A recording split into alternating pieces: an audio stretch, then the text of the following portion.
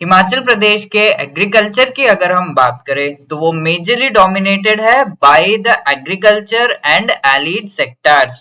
तो ये बहुत ही इंपॉर्टेंट सेक्टर्स हैं ऑफ हिमाचल प्रदेश इकोनॉमी जो कि कंट्रीब्यूट करते हैं to the Himachal Pradesh state GDP.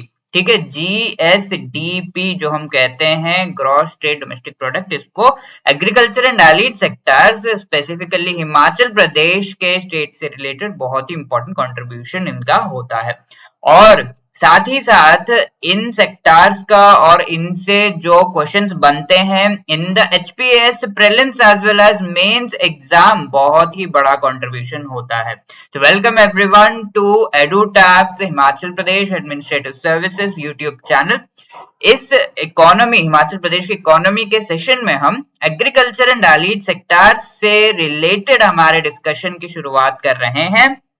Part 1 of a discussion होगा इन दिस सेशन एंड इस टॉपिक को हम कई पार्ट्स में डिस्कस करेंगे। आगे बढ़ने से पहले मैं आपको बता दूं कि हमारे YouTube चैनल पर बहुत ही बढ़िया कंटेंट एचपीएस एग्जाम से रिलेटेड प्रोवाइड किया जा रहा है और साथ ही साथ इस कंटेंट और जो भी वीडियोस बन रहे हैं उससे रिलेटेड पीडीएफ एंड सारा जो इंपॉर्टेंट मटेरियल है वो टेलीग्राम चैनल पर हमारे प्रोवाइड किया जा रहा है। तो अभी तक अगर आपने हमारे यूट्यूब चैनल को सब्सक्राइब नहीं किया है तो प्लीज सब्सक्राइब कर लीजिए, ज्वाइन अ टेलीग्राम चैनल, ताकि आप तक ये बढ़िया कंटेंट पहुंच सके। टेलीग्राम चैनल ज्वाइन करने के लिए इस वीडियो के डिस्क्रिप्शन में आपको लिंक मिल जाएगी। तो क्यों हमें पढ़ना चाहिए एग्रीकल्चर ऑफ हिमाचल प्रदेश, क्या ये रियली इंपॉर्टेंट टॉपिक है या नहीं, ये समझने के लिए प्रीवियस ईयर्स के कुछ क्वेश्चंस को हम बहुत ही ध्यान से पढ़ते हैं, देखते हैं, समझते हैं। उससे हमें बहुत ही क्लियरली समझ में आ जाएगा कि ये टॉपिक कितना इंपॉर्टेंट है। रीसेंट पेपर ले लीजिए, एचपीएस एग्जाम प्रीलिम्स 2020 के ये क्वेश्चंस हम देख रहे हैं और ये एक क्वेश्चन है जिसमें सारे के सारे स्टेटमेंट्स, अगर आपने एग्रीकल्चर का टॉपिक पढ़ रखा है तो आराम से आप आंसर कर सकते हैं। फर्स्ट स्टेटमेंट यहाँ पर पूछा गया, as per 2011 census Himachal Pradesh is the only state in the country where 89.96% population lives in rural areas. तो प्रीवियसली हमने डेमोग्राफी के टॉपिक्स में ये डिस्कस कर चुके हैं। साथ ही साथ अगर हिमाचल प्रदेश के इकोनॉमिक सर्वे को अगर आप देखें, उसके एग्रीकल्चर वाले चैप्टर में कहीं ना कहीं डेफिनेटली आप ये देखेंगे कि रूरल एरियाज जो लोग रह रहे हैं उनका परसेंटेज कितना है। Let me tell you, it is 89.96% and this is the only state, Himachal is the only state जहां पर ये होता है कि मोस्ट ऑफ द पीपल 90% के आसपास लोग जो है रूरल एरियाज में रहते हैं। ऑब्वियसली बिकॉज अर्बन एरियाज बहुत ही ज्यादा डेवलप यहाँ पर नहीं है। सेकंड स्टेटमेंट देखिए, एग्रीकल्चर और horticulture provides direct employment to 70% of total workers of the state। जितने भी वर्कर्स हैं, जितने भी लोग जो है काम चाहते हैं, काम करना चाहते हैं, उन सभी में से 70% लोगों को एग्रीकल्चर या हॉर्टिकल्चर में काम मिलता है। ये चीज पूछी गई है, क्या ये सही है? आगे हम डिस्कस करेंगे, बहुत ही सारे फैक्ट्स हम डिस्कस करेंगे, उसके बेसिस पर इस क्वेश्चन को आंसर करेंगे। राइट। थर्ड स्टेटमेंट अगर हम देखें तो about 15.72% of the total GSDP comes from agriculture and its allied sector. तो यहाँ पर नंबर्स के साथ खेला गया है, नंबर्स हमें अच्छे से पता होने चाहिए। जो हमारा इकोनॉमिक सर्वे है हिमाचल प्रदेश का, उसमें ये सारे नंबर्स बहुत ही क्लियरली आपको देखने को मिलेंगे और वही हम पढ़ेंगे इस सेशन में। Out of the total geographical area of the state, the area of operational holdings is about 29.44 lakh hectare. जब आप सही नंबर को जानेंगे तब आप बहुत ही ज्यादा हंसेंगे इन नंबर्स पर। राइट गाइस, तो ये सारे स्टेटमेंट सही हैं या नहीं इस सेशन में क्लियरली हम समझेंगे और इसके लिए आप देख सकते हैं ऑल द स्टेटमेंट जो है एग्रीकल्चर वाला जो पार्ट है इकोनॉमिक सर्वे का या फिर हिमाचल प्रदेश के एग्रीकल्चर के टॉपिक से रिलेटेड ये सारे स्टेटमेंट, तो बहुत ही आराम से अगर आप सिर्फ एग्रीकल्चर वाला पार्ट पढ़ते हैं तो ये जो 2 मार्क्स है आपके पॉकेट में होते हैं। राइट, इसी तरीके से it is not just prelims जहां पर आप ये टॉपिक देख रहे हैं, ये तो सिर्फ एक क्वेश्चन का एग्जाम्पल है। ऑलमोस्ट एवरी ईयर प्रीलिम्स में काफी सारे क्वेश्चंस एग्रीकल्चर के टॉपिक से आ जाते हैं, specifically from the economic perspective of agriculture. Okay, तो यहाँ पर अगर हम मेंस के क्वेश्चंस देखें, 2017 के जीएस पेपर 3 के का जो ये क्वेश्चन है वो हम देख रहे हैं हमारे सामने। तो HPS mains exam JS paper 3 2017 यहाँ पर पूछा गया है 4 मार्क्स के लिए, what is the average size of land holdings in Himachal Pradesh. Again figures numbers पूछे गए हैं, this ranging from marginal to large in hectares. Hectares में नंबर्स आपको एग्जैक्ट बताने हैं यहाँ पर कि एवरेज लैंड होल्डिंग साइज यानी कि कितना लैंड जो है वो होता है हिमाचल प्रदेश के डिफरेंट काइंड्स ऑफ जो फार्मर्स है पीपल है उनके पास। मार्जिनल लैंड होल्डिंग्स हो गया, लार्ज लैंड होल्डिंग्स हो गया, कितना है average size of land holdings पूछा गया है। कहाँ से मिलेगा भाई ये सारा? ये सब आपको इकोनॉमिक सर्वे में बहुत ही आराम से दिया हुआ है और वही चीजें हम देखेंगे समझेंगे इस सेशन में।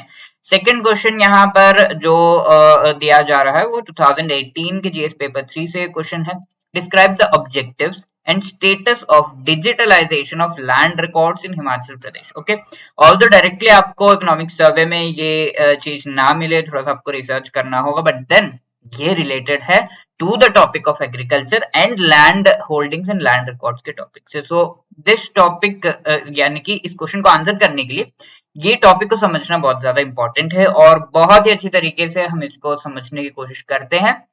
और प्रीवियस हमारा जो डिस्कशन रहा है पिछले सेशन में उससे भी इसको लिंक करते हैं। पिछले सेशन में हमने सेक्टोरल कॉम्पोजिशन ऑफ जीएसडीपी ये चीज देखी थी, यानी कि ग्रॉस स्टेट डोमेस्टिक प्रोडक्ट, जो कि हर एक स्टेट के इनकम से रिलेटेड आइडिया देता है, उस स्टेट के रेवेन्यू से रिलेटेड आइडिया देता है, राइट। और डिफरेंट सेक्टर्स का क्या कंट्रीब्यूशन रहा है टू जीएसडीपी उसका आइडिया आपको लगता है थ्रू द सेक्टरल कॉम्पोजिशन। यानी कि अलग अलग सेक्टार्स की अगर हम बात करें तो देर आर मेनली 3 सेक्टार जो कि हम कंसिडर कर सकते हैं।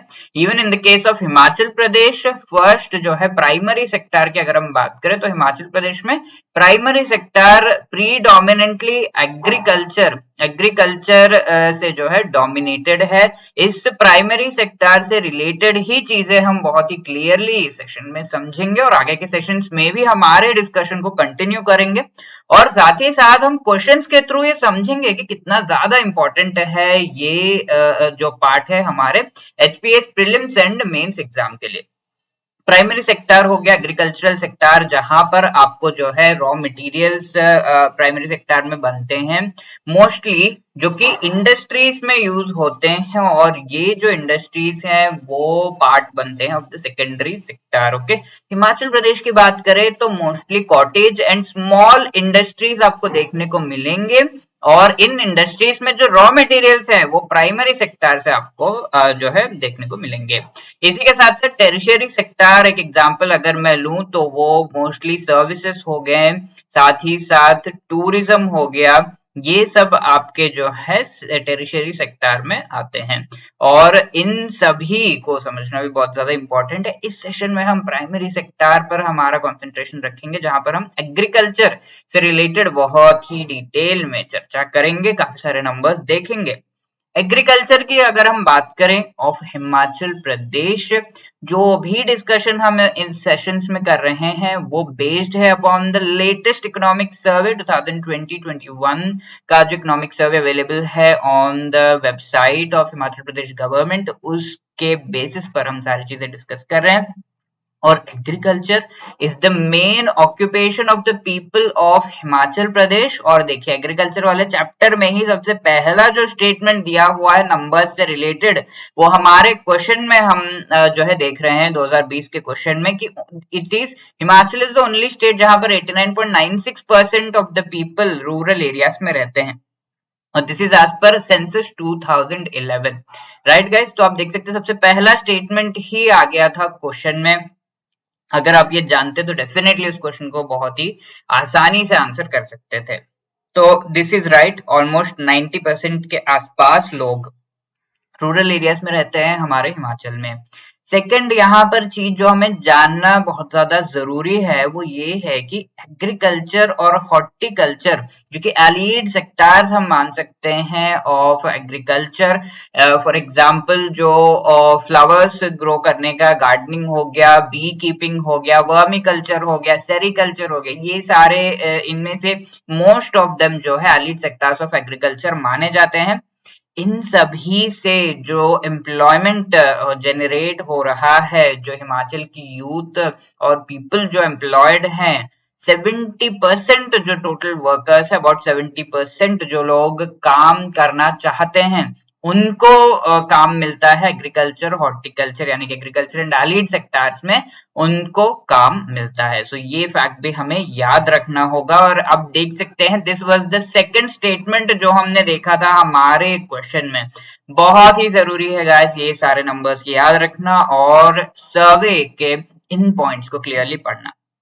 थर्ड पॉइंट देखते हैं, agriculture is an important source of state income. तो स्टेट के इनकम जो कि हम GSDP gross state domestic product से समझते हैं, इस वैल्यू से समझते हैं, उसमें एग्रीकल्चर का बहुत ही इंपॉर्टेंट रोल है, जहां पर एग्रीकल्चर 13.62% कंट्रीब्यूट कर रहा है to the total GSDP. Question में हमने अराउंड 15% के आसपास क्वेश्चन में दिया हुआ है, which is not correct. 13.62% agriculture contribute कर रहा है और 13 के आसपास ही परसेंटेज होता है of the successive economic service में। अगर आप देखें तो एग्रीकल्चर का कंट्रीब्यूशन इतना ही है, ड्रास्टिकली 15% को नहीं ग्रो हो जाएगा किसी भी साल में, धीरे धीरे ये ग्रो हो सकता है, राइट गेस। तो अभी का अगर हम देखें 2020 के सर्वे के हिसाब से 13.62% कंट्रीब्यूशन रहा है इसका टू द टोटल स्टेट का जो ग्रॉस डोमेस्टिक प्रोडक्ट है, ग्रॉस स्टेट डोमेस्टिक प्रोडक्ट है। सो वो जो स्टेटमेंट हमने देखा था वो रॉन्ग है और ये नंबर हमें याद रखना है। और इस वजह से एग्रीकल्चर बहुत ही इंपॉर्टेंट स्टेट के लिए इनकम का जरिया बन जाता है। हम ये समझ सकते हैं क्योंकि हिमाचल की अगर हम बात करें तो हिमाचल के ज्योग्राफी से चीजें जुड़ी हुई हैं, जहां पर हम ये जानते हैं कि ज्योग्राफिकल कंस्ट्रेंट्स हैं, यहाँ पर लार्ज इंडस्ट्रीज को एस्टेब्लिश करने से रिलेटेड, जिसके वजह से हमारा मेन डिपेंडेंस होता है on agriculture and crops, right. तो ये चीज हम समझ सकते हैं और इस वजह से लार्ज पार्ट ऑफ इकोनॉमी जो है because of agriculture of Himachal Pradesh है, राइट गाइस। आगे बढ़ते हैं, लैंड होल्डिंग्स की हम बात करते हैं। एग्रीकल्चरल लैंड होल्डिंग्स हो गए या फिर नॉर्मल लैंड होल्डिंग जो हो गए, उनकी अगर हम बात करें तो लैंड होल्डिंग का मतलब है कितना एरिया, कितना लैंड जो है वो अवेलेबल है फॉर द पीपल जो कि यहाँ पर लैंड होल्ड कर रहे हैं फॉर एग्रीकल्चरल पर्पसेस। और लैंड होल्डिंग्स की जब भी हम बात कर रहे हैं तो फार्मर्स की हम बात कर रहे हैं, और ये जो फार्मर्स है डिफरेंट काइंड्स ऑफ फार्मर्स हो सकते हैं। मार्जिनल यानी कि बहुत ही छोटा पीस ऑफ लैंड जिसके पास है, स्मॉल लैंड होल्डिंग फार्मर्स हो सकते हैं, सेमी मीडियम लैंड होल्डिंग हो सकते हैं, medium land holding, large land holding farmers हो सकते हैं। ओके, तो ये सारे जो है डिफरेंट कैटेगरीज हैं। हमने वो मेंस वाले क्वेश्चन में देखा था, right from marginal to large जो फार्मर्स हैं, land holding size, average size के नंबर्स को हमें वहां पर मेंशन करना था। तो आपको ये जो लास्ट वाला कॉलम है ये मेंशन करना था। बाकी चीजें भी देख लेते हैं, नंबर ऑफ लैंड होल्डिंग्स कितनी है, मार्जिनल यानी कि छोटे छोटे, बहुत ही छोटे पीसेस ऑफ लैंड जहां पर कल्टीवेशन, जहां पर एग्रीकल्चर किया जा रहा है हिमाचल में, उनकी नंबर अगर हम देखें उनका 7.12 लाख जो है इनका नंबर है। परसेंटेज वाइज 71% के आसपास जो है मार्जिनल लैंड होल्डिंग्स यानी कि बहुत छोटे छोटे छोटे छोटे पीसेस ऑफ लैंड अवेलेबल हैं और ओन किए जाते हैं बाय दीज फार्मर्स। अगर हम स्मॉल लैंड होल्डिंग्स की बात करें 17.4 और सेमी मीडियम 8 एंड मीडियम जो है 2.61, large land holding 0.30%, right guys. तो इन नंबर्स का क्या इंपॉर्टेंस है, जितना लैंड होल्डिंग यानी कि फार्मर्स जितने जो है बड़ा लैंड उनके पास होगा, उतना इकोनॉमिक्स ऑफ स्केल यानी कि जो भी रिसोर्सेस वो यूज कर रहे हैं एफिशिएंटली वो यूज कर पाएंगे इन दैट लैंड, और बहुत ही अच्छे तरीके से डिफरेंट काइंड्स ऑफ क्रॉप जो है ग्रो कर पाएंगे। यहाँ पर बहुत सारे रिसोर्सेस जो है वो बचेंगे भी। जितना छोटा लैंड होल्डिंग होता है वहां पर उतने ज्यादा रिसोर्सेज जो है खर्च होते हैं, राइट गैस। तो यहाँ पर इकोनॉमिक्स ऑफ स्केल जो है वो काम नहीं करता। तो जितना कंसोलिडेट लैंड होल्डिंग्स को किया जा सके, यानी कि जो साइज है जितना बढ़ाया जा सके, बहुत सारे फार्मर्स एक साथ आकर अगर ये कल्टीवेशन और क्रॉप ग्रो कर रहे हैं तो उनका साइज ऑफ लैंड होल्डिंग बढ़ेगा और इसके वजह से रिसोर्सेस कम यूज होंगे। इनसे आउटपुट जो निकल कर आ रहा है वो बढ़ेगा और इससे रेवेन्यू ज्यादा जो है मिलेगा इन कंपैरिजन जहां पर छोटे छोटे लैंड होल्डिंग्स हैं और इनमें जो है कल्टीवेशन किया जा रहा है। राइट गाइस, तो इस चीज को हम इकोनॉमिक्स ऑफ स्केल कहते हैं, जहां पर बहुत सारे लोग एक साथ जब आते हैं तो ज्यादा प्रॉफिट होता है, सब में ज्यादा प्रॉफिट बढ़ता है, उनका प्रॉफिट मैक्सिमाइज होता है। राइट, तो ये चीज जरूरी है और इन सभी का एस्टिमेट करने के लिए क्या परसेंटेज ऑफ लैंड होल्डिंग है वो यहाँ पर दिया गया है। अब एवरेज साइज अगर लैंड होल्डिंग्स का देखें तो जब हम मार्जिनल कह रहे हैं, मार्जिनल लैंड होल्डिंग मतलब क्या, बिलो 1 हेक्टेयर जिसके पास लैंड है उन्हें हम मार्जिनल कह रहे हैं। और इनका एवरेज अगर निकाला जाए सारे लैंड होल्डिंग का 0.4 हेक्टेयर्स का यहाँ पर इनका जो एवरेज लैंड होगा। ओके, तो सारे मार्जिनल जो लैंड होल्डिंग जिनके पास है, हम ये कह सकते हैं कि एक के पास 0.1 हेक्टेयर लैंड है, एक के पास 0.2 हेक्टेयर लैंड है, एक के पास 1 हेक्टेयर लैंड है। ओके, और बिलो कहा गया है तो 0.9 हेक्टेयर लैंड है लेट्स से, तो इन सभी का एवरेज अगर निकाला जाए तो 0.4 हेक्टेयर जो है वो एवरेज लैंड होल्डिंग है।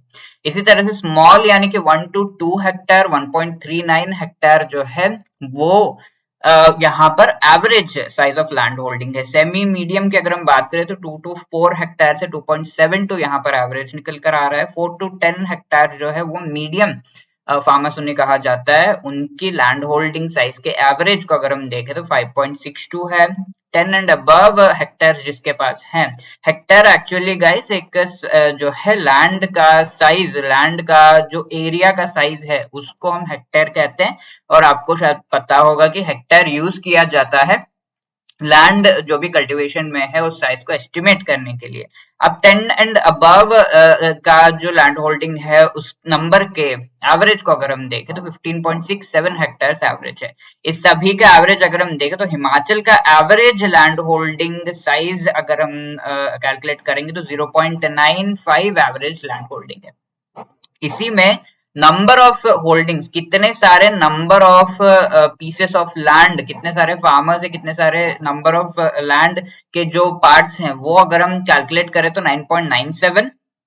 और टोटल एरिया जहां पर ये कल्टीवेशन हो रहा है उसकी अगर हम बात करें तो 9.44 लाख हेक्टेयर से guys, it is not 29.44, it is 9.44 lakh hectares according to the economic survey।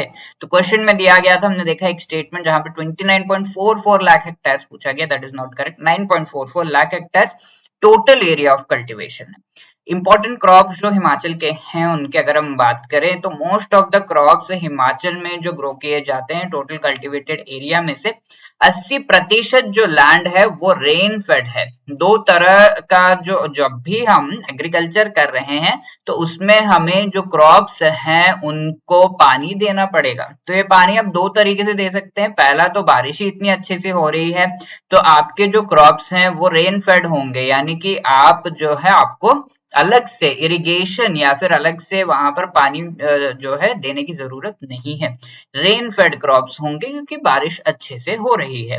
इसी के सामने एक और तरीका है इन क्रॉप्स को पानी देने का, वो है इरिगेशन, जहां पर आपको अलग से ड्रिप इरिगेशन सिस्टम, डिफरेंट जो है flood irrigation, sheet irrigation system, ये सब यूज करते हुए आपको इन क्रॉप्स को पानी देना होगा।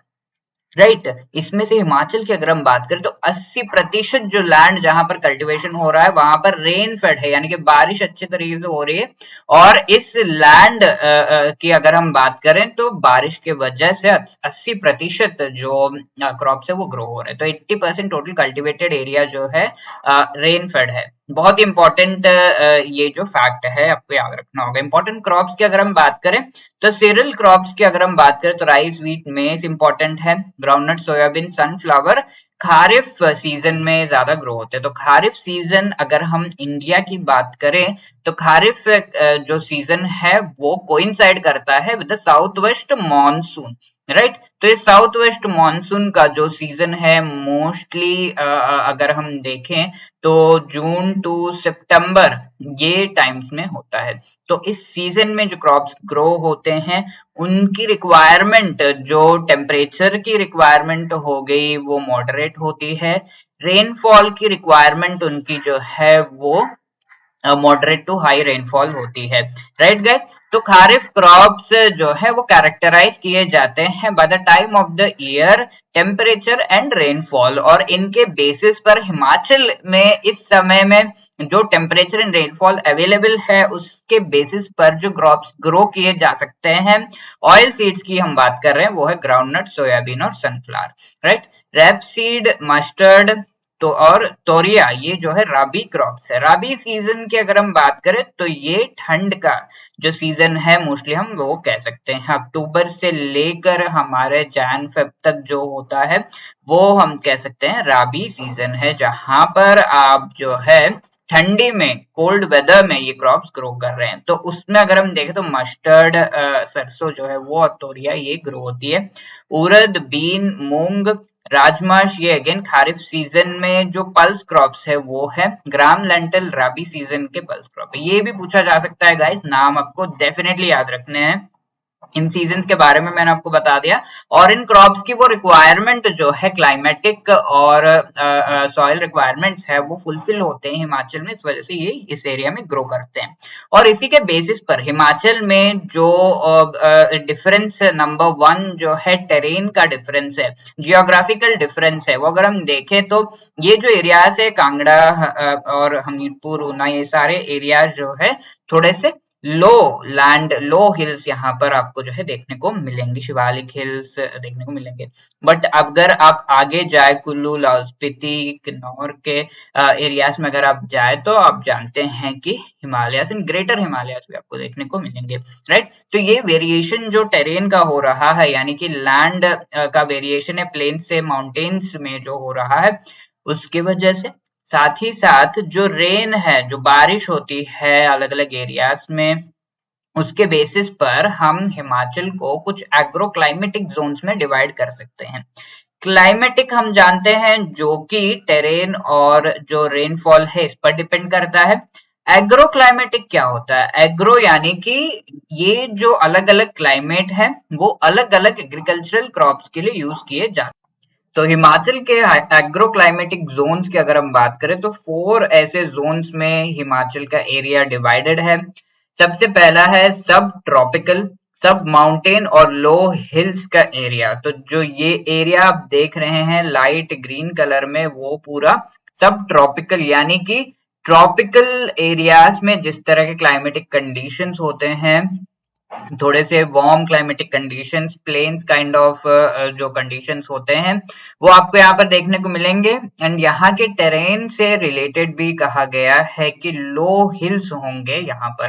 Right guys. इसी तरीके से सेकंड जो है सब टेम्परेट, सब ह्यूमिड मिड हिल्स। ठीक है। तो यहाँ पर डार्क ग्रीन एरिया जो आप देख रहे हैं, मंडी का इलाका हो गया, थोड़ा सोलान सिरमौर का इलाका जो हो गया, वहां पर आपको देखने को मिलेंगे सब टेम्परेट, सब ह्यूमिड मिड हिल्स, यानी कि यहाँ पर टेम्परेट कंडीशंस कंप्लीटली नहीं है।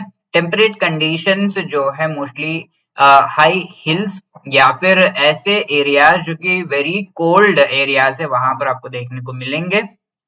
इस तरह के सब टेम्परेट यानी कि ऑलमोस्ट टेम्परेट कंडीशंस यहाँ पर हैं। हिल्स यहाँ पर मिड है, यानी कि ना कि बहुत लो है ना कि बहुत हाई है।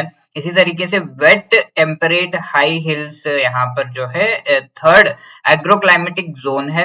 तो ये जो वेट टेम्परेट की बात हम कर रहे हैं, यहाँ पर आप देख सकते हैं एक तो वेट टेम्परेट है, दूसरा ड्राई टेम्परेट है। वेट टेम्परेट यानी कि इन एरियाज में रेनफॉल बहुत ही अच्छे तरीके से होती है, ड्राई टेम्परेट में रेनफॉल नहीं होती है, और इस वजह से जो dry temperate high heel areas है जो कि लाहौल स्पीति किन्नौर के एरियाज हैं, इन्हें हम जो है कोल्ड डेजर्ट का भी नाम देते हैं। तो यहाँ पर आप देख सकते हैं रेनफॉल और टेरेन, इन दोनों के बेसिस पर एग्रो क्लाइमेटिक जोन जो है वो डिवाइडेड है। एग्रो क्लाइमेटिक इसीलिए क्योंकि इन क्लाइमेटिक कंडीशंस के बेसिस पर डिफरेंट काइंड्स ऑफ क्रॉप्स वहां पर ग्रो होंगे, और जो क्रॉप्स मोस्टली इन एरियाज में ग्रो होते हैं उनमें से कैश क्रॉप्स की अगर हम बात करें तो पोटैटो हो गया, ऑफ सीजन वेजिटेबल्स, जिंजर, ये सब इन एग्रो क्लाइमेटिक जोन्स में बहुत अच्छे तरीके से ग्रो होते हैं। ये चीज हमारे सर्वे में दी गई है। रेनफॉल की अगर हम बात करें तो रेनफॉल जो है वो एक इम्पोर्टेंट फैक्टर है एग्रीकल्चर की। अगर हम इम्पोर्टेंट फीचर्स अगर हम देख रहे हैं तो रेनफॉल 4 डिस्टिंक्ट सीजन्स में यहाँ पर डिवाइडेड है। जो क्लाइमेट है हिमाचल प्रदेश का on the basis of rainfall. तो एक जो ऐसा क्लाइमेट जहां पर आपको जो है मेन मॉनसून का जो रेनफॉल होता है वो टाइम हो गया, जो कि जून से सितंबर जो हम कह रहे हैं। देन जो विंटर रेनफॉल है वो है। इसके अलावा ड्राई विंटर्स जो है वो है, इसके साथ साथ जो समर्स का टाइम है वो। तो 4 डिस्टिंक्ट सीजन्स हम कह सकते हैं, नॉट जस्ट हिमाचल, इवन पूरे इंडिया के लिए एप्लीकेबल है ये। और most half of the rainfall जो है मॉनसून सीजन में आपको हिमाचल में देखने को मिलेगा, जस्ट लाइक मोस्ट पार्ट्स जो इंडिया में है वहां पर डिस्ट्रीब्यूटेड है among other seasons rest of the rainfall. और स्टेट का एवरेज रेनफॉल का जो नंबर है वो भी दिया हुआ है, 1251 मिलीमीटर्स एवरेज रेनफॉल होता है हिमाचल में। कांगड़ा डिस्ट्रिक्ट की अगर हम बात करें, यहाँ पर हाईएस्ट रेनफॉल आप देख सकते हैं, कांगड़ा डिस्ट्रिक्ट में हाईएस्ट रेनफॉल आपको देखने को मिलेगा। इसके साथ साथ कुछ इलाके जो मंडी हो गया, चंबा हो गया, हमीरपुर हो गया, और सिरमौर के कुछ इलाकों में आपको रेनफॉल हाई देखने को मिलेगी। चंबा, सिरमौर, मंडी के इलाकों में हाईएस्ट रेनफॉल कहाँ पर है गाइस? कांगड़ा डिस्ट्रिक्ट में। और एवरेज रेनफॉल जो दी गई है हिमाचल की 1251 मिलीमीटर्स यानी कि 125 सेंटीमीटर्स, राइट। तो फोकस एरियाज हिमाचल गवर्नमेंट के क्या है? ये सारे जो बेसिक कैरेक्टरिस्टिक्स हमने देखे हिमाचल प्रदेश के, जो कि एग्रीकल्चर को बहुत ही ज्यादा इन्फ्लुएंस करते हैं। इसके बेसिस पर हिमाचल प्रदेश की गवर्नमेंट के क्या फोकस एरियाज है वो भी जानना जरूरी है हमारे इस पूरे डिस्कशन को कंक्लूड करने के लिए, right. State government off season vegetables, potato, ginger, pulses पे बहुत ध्यान दे रही है। जिस तरीके से हमने देखा एग्रो क्लाइमेटिक जोन्स इन्हें सपोर्ट कर रहे हैं। इंक्रीज करना चाहते हैं हम सीरियल क्रॉप्स को, राइस, व्हीट, मेज क्रॉप्स के प्रोडक्शन को। फार्म टेक्नोलॉजी इंप्रूव करते हुए ओल्ड वैरायटी सीड्स, तो सीड्स जो है उनमें से अच्छी ईल्ड आए उसके लिए सीड रिप्लेसमेंट बहुत ही ज्यादा जरूरी है।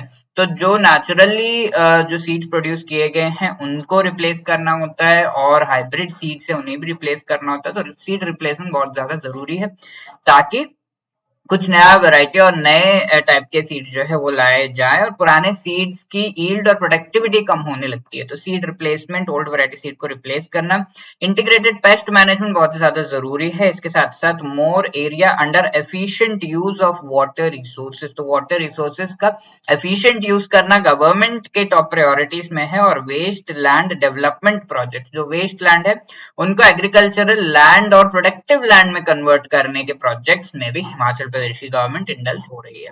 इसी के साथ साथ 2020 का ये क्वेश्चन अगर हम देखें तो हम फिर से इन स्टेटमेंट्स को पढ़ते हैं गाइस, और अभी आपको समझ में आएगा कि किस तरीके से एग्जाम में क्वेश्चंस आते हैं, इनको हम कैसे प्रिपेयर कर सकते हैं। तो एज पर 2011 सेंसस यहाँ पर पूछा गया, Himachal Pradesh is the only state जहां पर 89.96% population lives in rural areas. This is right.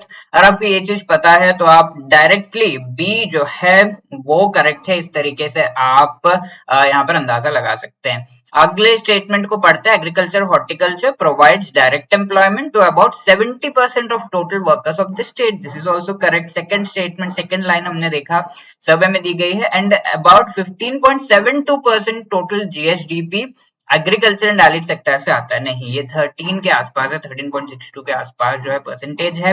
Out of total geographical area of the state, the area of operational holdings is about 29.44 lakh hectare, ये दिया गया है। एक्चुअल नंबर क्या आ गया? 9.44 लाख हेक्टेयर। सब हमें पता होना चाहिए इसके बारे में।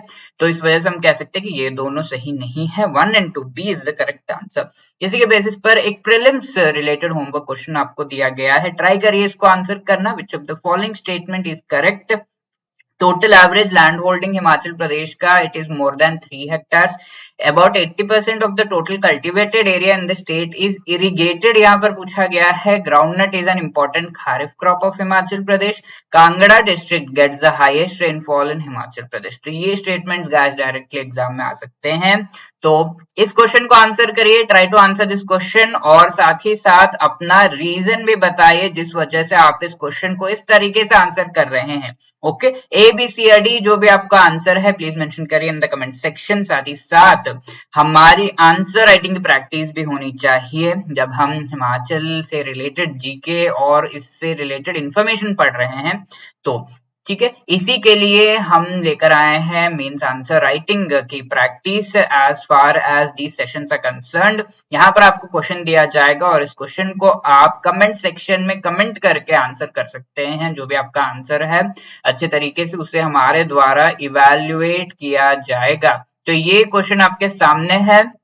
List the agroclimatic zones of Himachal Pradesh, जहां पर आपको इस क्वेश्चन को 60 वर्ड्स में 4 मार्क्स के लिए आंसर करना है. तो ड्यूरिंग द सेशन हमने काफी क्लियरली ये चीज समझी है और यहाँ पर डायरेक्टिव वर्ड आपको समझना है. लिस्ट यानी कि आपको लिस्ट देनी है, बताना है कौन सा ऐसा एग्रोक्लाइमेटिक जोन है हिमाचल प्रदेश के.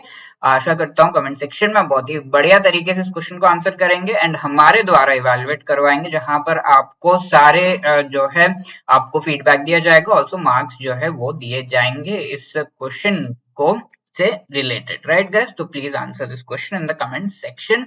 एंड इसके अलावा भी आपके कोई क्वेरीज है तो आप डेफिनेटली हमें कॉल कर सकते हैं ऑन दिस नंबर, और you can drop a mail at hello@dotab.co.in. Thank you so much guys, have a nice day. जय हिंद, जय भारत.